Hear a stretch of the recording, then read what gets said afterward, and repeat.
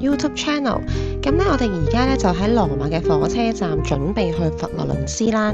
咁呢一間餐廳咧叫做 Italy， 佢就喺嗰個火車站入邊嘅。咁其實咧佢啲嘢係幾好食啦，同埋坐得係好舒服㗎。咁如果大家咧要喺火車站等火車又有時間嘅話咧，可以去嗰度坐下飲杯咖啡或者食少少嘢，因為其實咧佢哋個廁所係好乾淨啦，咁一定係會比火車站更加舒服嘅坐得。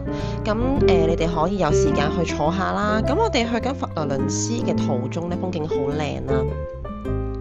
咁我哋坐火車好似都要1-2個鐘頭咁上下嘅，唔係短時間㗎。咁我哋今次咧去到佛羅倫斯嘅住宿咧，其實都係 Airbnb 啦。咁咧今次我哋係會有一個睡房啦，同埋一張梳化床。咁呢一間咧其實係超級開揚啦，好陽光啦，同埋咧佢係有露台嘅，就喺火車站隔離嘅啫。你行路大概5分鐘左右啦。咁同埋咧，附近咧佢係有一間好大間嘅超市啦，樓下係有 cafe 嘅。咁我自己覺得咧，整體係好舒服啦，唔係好嘈。咁同埋夜晚咧，因為樓下有餐廳咧，所以其實你就算夜返咧，都唔會特別係好似好靜好黑啊咁。我自己覺得咧係好安全嘅呢一度。咁樣咧風景係好開揚啦。同埋有洗衣機啦，咁呢一個露台咧，佢係連埋去個房嗰度嘅。咁我自己覺得係好大啦。咁廁所嗰啲就不過不失啦。不過咧，佢好似有熱水限時嘅，即係可能唔知幾多點後先好沖涼啦。佢就係話，如果你要沖熱水涼嘅話，咁我覺得係好乾淨，同埋係好企理嘅。一般要嘅日常用品都有㗎啦。個房都好闊落嘅，咁就有全身鏡啦，跟住我哋係一個人瞓廳，2個人瞓房咯，咁我覺得係好足夠嘅。咁咧，跟住之後咧，我哋夜晚咧就去咗呢一間餐廳咧，試咗佢哋嘅牛啦，因為佛羅倫斯好出名啊嘛。咁同埋就嗌多咗個龍蝦意粉啦、八爪魚啦。咁我自己覺得咧，個龍蝦意粉係一般般啦，同埋佢唔係性價比㗎。八爪魚同牛咧，我覺得係好食嘅。不過呢一餐咧就即係你食完好似爭少少，唔係好滿足感。佢唔係唔好食，但係唔夠滿足咯。唔知你哋明唔明呢？個牛係出色嘅，我覺得。咁之後呢，我哋就食完飯呢，我哋就去咗睇夜景啦。行咗一陣之後呢，我哋喺嗰個聖百花大教堂隔離呢，揾到一間雪糕店呢，我覺得係必食㗎，你哋可以去試下，因為我哋留咗4日都食咗2次。佢啲味係好食，佢個開心果係好好味，我覺得唔算好甜添啊，對我嚟講。咁你哋行開景點就可以去食埋啦，唔使排隊嘅夜晚。咁呢，同埋呢，其實呢，你會周圍都見到呢，間唔中就會有人喺度唱歌啦。其實呢，成個氛圍呢係好舒服啦，好熱鬧啦，同埋咧你睇得好開心啊！即係佢呢啲表演咧，佢唔同香港嗰啲大媽喺條街度唱 K 嗰啲咧，完全唔係嗰個 level 啊！我自己覺得咧係你好想去融入佢哋啊，好開心啊！睇到佢哋唱歌都俾大家感受下佢哋嘅氛圍。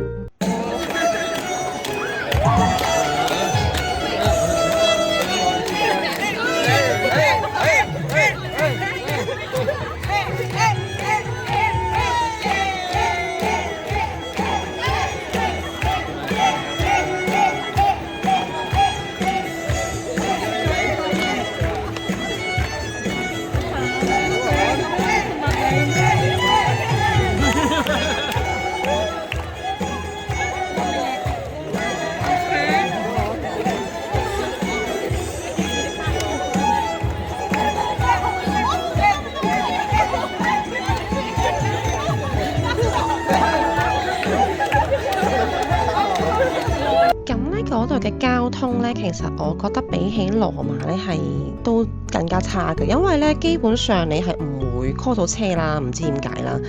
然之後巴士咧係佢想嚟就嚟啦，最後咧我哋係揀咗火車，咁其實去其他景點咧可能都係2-3個站咁，都算方便嘅。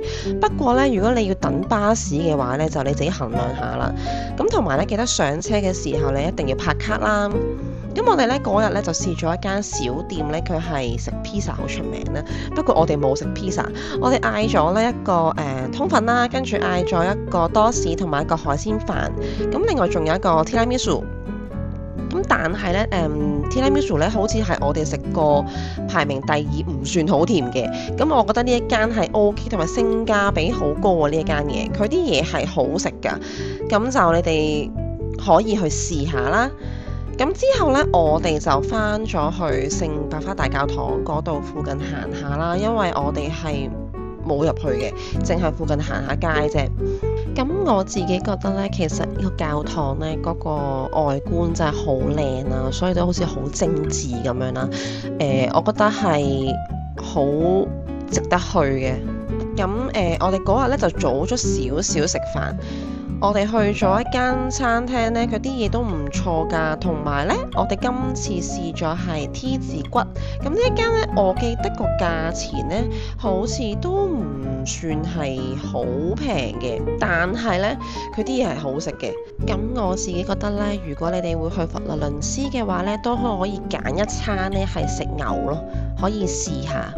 咁然之後咧，我哋嗰日咧就去咗河邊嗰度睇日落啦。其實呢條街咧係勁多小店啦，有好多好精緻嘅皮革店啦。如果咧大家中意皮嘅話咧，我好建議你哋去意大利咧，一定要買一個你哋中意嘅皮革用品啦。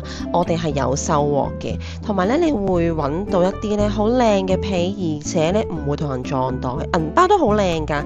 同埋咧佢哋好多款都係得一個嘅啫，咁你哋可以去尋下寶啦。咁第二日咧，我哋就去咗比薩斜塔啦。我哋係坐火車去嘅，嗰一日咧係勁熱勁曬啦。然之後咧好搞笑咧，你去到嗰度咧，個個都係做緊同一個動作㗎。咁當然啦，我哋都有做埋一份啦。咁然之後咧，我哋就去咗隔離有條美食街咧，好多餐廳嘅嗰度。咁就求其入咗間咧，評分算唔錯㗎啦。咁佢啲嘢咧都 OK 好食嘅，我哋嗌咗個海鮮，跟住嗌咗個意大利麵，嗌咗個飯，好似基本上樣嘢都食晒嘅。我覺得呢一餐都唔貴添㗎，但係咧佢就未好食到話驚豔唔到我哋咯。咁如果你哋想去揾間性價比又好食嘅餐廳咧，可以試下呢一間。咁另外咧，我哋咧就試咗佢哋好出名嘅啤梨雪糕啦。我覺得佢又係有少少雪巴咁樣嘅，同埋咧佢好清爽，幾得意㗎。我哋嗌咗2個雪糕球，好似係3個半歐羅，都幾抵食嘅。咁咧，我哋就嗰日係即日來回啦。咁我哋就上咗去呢個廣場咧，你係可以睇晒成個佛羅倫斯㗎。咁睇到睇日落咧，其實係好靚啦。同埋咧，呢度咧好多人都會坐喺度飲下嘢啊，唱下歌啊，跳下舞咁樣嘅。咁樣咧，我哋咧嗰一日咧就好好彩啦，天氣都算唔錯啦，睇到好靚嘅日落啦。咁我哋嗰日咧咁啱咧就遇到有對情侶咧，唔知係咪影完婚紗相啦，定係咩啦？咁樣咧佢經過嘅時候咧，係所有人一齊圍住佢哋跳舞啦，成個氛圍係好熱鬧㗎。咁咧我唔記得你哋有冇印象咧？之前喺聖百花大教堂前面拉小提琴嗰個女仔咧，咁啱都喺度，佢就係佢喺度啦。咁係所有人一齊喺度圍住佢哋。係好開心啦，同埋嗰日個日落係好靚嘅，我哋都唔捨得走。咁咧跟住之後咧，夜晚咧我哋就去咗一間好隱蔽嘅小店啦，要落地牢嘅。咁呢一間餐廳咧，佢開咗好多年㗎啦，喺佛羅倫斯，好舊式啦。咁佢啲嘢咧係好好食嘅，仲要係性價比好高啦，超水準。佢啲前菜啊、牛肚啊醃得好好食啦。咁然之後咧，佢仲有個好似係叫做蔬菜麵包湯咁嘅嘢，但係咧其實你食落係好似薯蓉咁樣嘅，好好食啊呢一個。但係個豬扒就一半啦，唔係幾好食，但係性價比好高喎，你哋可以去試下。咁大家都知道咧，佛羅倫斯牛肚包係好出名啦。咁樣咧，我哋嗰一日咧就去咗一個好似市集嘅地方啦。佢隔離咧係有個室內嘅好似商場咁嘅地方嘅。咁樣咧，裏邊係有好多餐廳啊、cafe 啦，有賣生果啦，有啲係賣蜜糖啦，仲有通常都係賣手信嘅地方啦。咁樣咧，我哋就揾咗一間咧喺當地好出名食牛肚包噶啦，勁好食。如果咧你哋係唔怕食即係可能內臟啊，我建議你哋咧一定要去試呢一間咯。咁樣咧佢我覺得環境算好乾淨嘅，有位坐嘅嗰度。咁你哋可以試下佢哋嘅兩款，一個係就咁一碟牛肚，有一個咧係可以連埋個包嘅。咁樣咧牛肚包嗰個咧佢係生少少嘅牛肚嚟嘅。一碟嗰個咧佢係偏肉類嘅牛肚嚟嘅，兩個口感我覺得都好好食，同埋咧佢哋係好多醬汁啊，所以都好入味咧，係好開胃啦，有辣醬嗰啲咁樣嘅嘢啦。佢連埋個包咧係勁索汁，超好食。仲要我哋嗌咗一個包一份牛肚，先至15蚊歐羅，即係百幾蚊港紙啦。我覺得佢唔算貴咯，同埋係必食啊！我覺得去得佛羅倫斯咧，當然係要去睇大衛像啦。我哋咧係早一日喺當地買飛嘅，因為即日好似係 full 晒㗎啦，咁我哋就買咗第二日嘅飛啦。咁咧我建議你哋咧早少少去排隊，因為咧佢有分2條隊嘅，你越早去排隊咪越早入去咯。咁紅色隊咧係有飛，藍色隊係冇飛，要 walk in 嘅。咁但係唔一定係可以有位入去嘅，係睇下你好唔好彩嘅啫。咁入到去呢，其實真係哇，好壯觀啊！即係我覺得呢，你以前睇通常都係相啦，或者以前返學會見到啦。但係當佢親眼，即係你親眼見到佢喺你面前呢，其實成個感覺係真係好壯觀啦。我哋喺嗰個展館裏邊呢，其實係仲有其他嘅雕像啦、有畫啦，我覺得呢係好值得去噶。咁同埋呢，都算多嘢睇嘅。我哋喺大衛像嗰度呢，圍咗嗰度個圈啊，因為真係好唔相信自己嘅眼睛啊。咁樣呢，嗰日呢係我哋最後一日留喺佛羅倫斯啦。咁我哋就食咗一間呢係性價比好高嘅餐廳。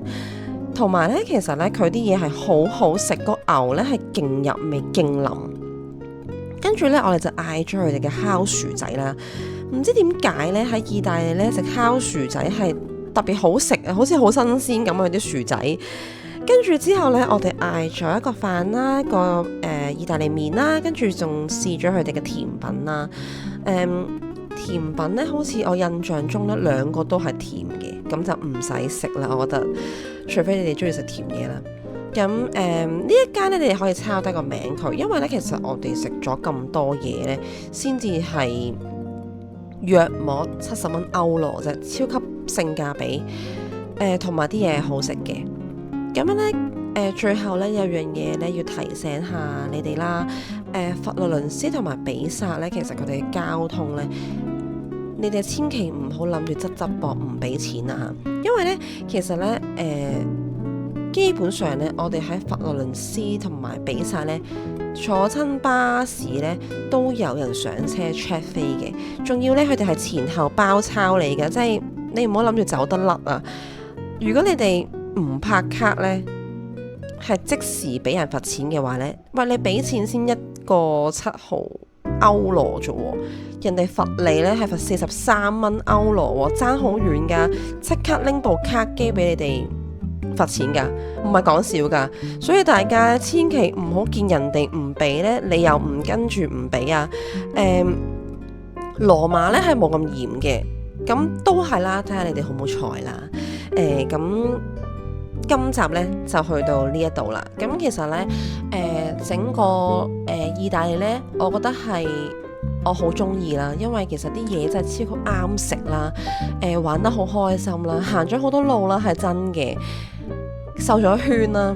咁希望你哋中意呢條片啦。咁我哋之後呢，就會去一個好靚嘅地方啦，咁就敬請期待啦。